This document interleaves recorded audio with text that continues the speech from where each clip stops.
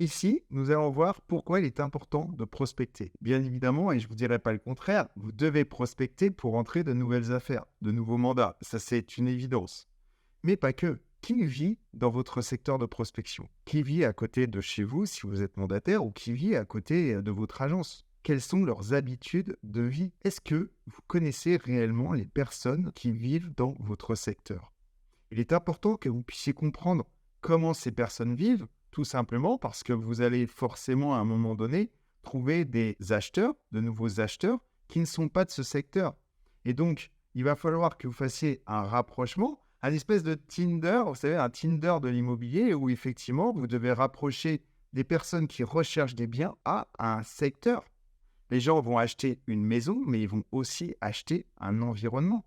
Et c'est cet environnement-là qu'il faut que vous compreniez. L'autre raison pour laquelle vous devez prospecter, c'est parce que vous devez créer du contact.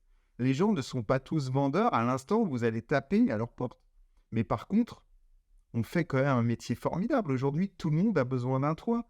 C'est-à-dire que une personne aujourd'hui qui vit à un moment donné dans un appartement qui soit location ou qui soit en propriétaire, et ben cette personne-là, même si elle est propriétaire, peut-être qu'elle va avoir besoin d'une chambre supplémentaire ou malheureusement elle va divorcer. Enfin, il y a plein de projets dans la vie qui font qu'à un moment donné, ben, ces personnes qui vivent à l'instant T dans une maison ou dans un appartement auront ce besoin de partir de chez eux.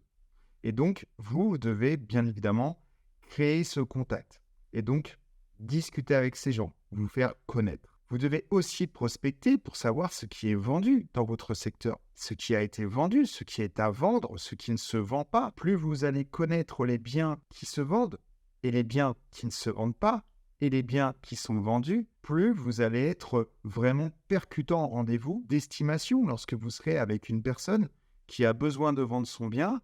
Et à ce moment-là, vous pourrez lui dire, ben, dans votre rue, il s'est vendu une maison qui était au 3 de la rue, il s'est vendu une maison qui était au 18 de la rue, et aussi, je ne sais pas si vous savez, mais vous avez une maison qui se situe au 27, qui, elle, eh ben, n'arrive pas à se vendre parce qu'elle est trop chère. Cette connaissance de votre quartier, cette connaissance de votre rue, cette connaissance de votre environnement, vous ne pouvez l'acquérir que si réellement vous êtes tous les jours en prospection, que vous êtes directement dans la rue en sonnant aux portes. Et puis la dernière raison pour laquelle vous devez absolument prospecter, bah, c'est tout simplement vous faire connaître. Est-ce que Alexandre Cordani est connu dans son secteur de prospection?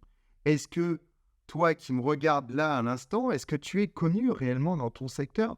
Est-ce que les gens, lorsque tu tapes à leur porte ou tu sonnes à leur porte, est-ce que ces gens en fait te disent: «Ah oui, bonjour monsieur, vous allez bien? Oui, on s'est vu il y a 2 mois et effectivement on avait discuté du marché et cetera, du marché immobilier. Alors comment allez-vous?»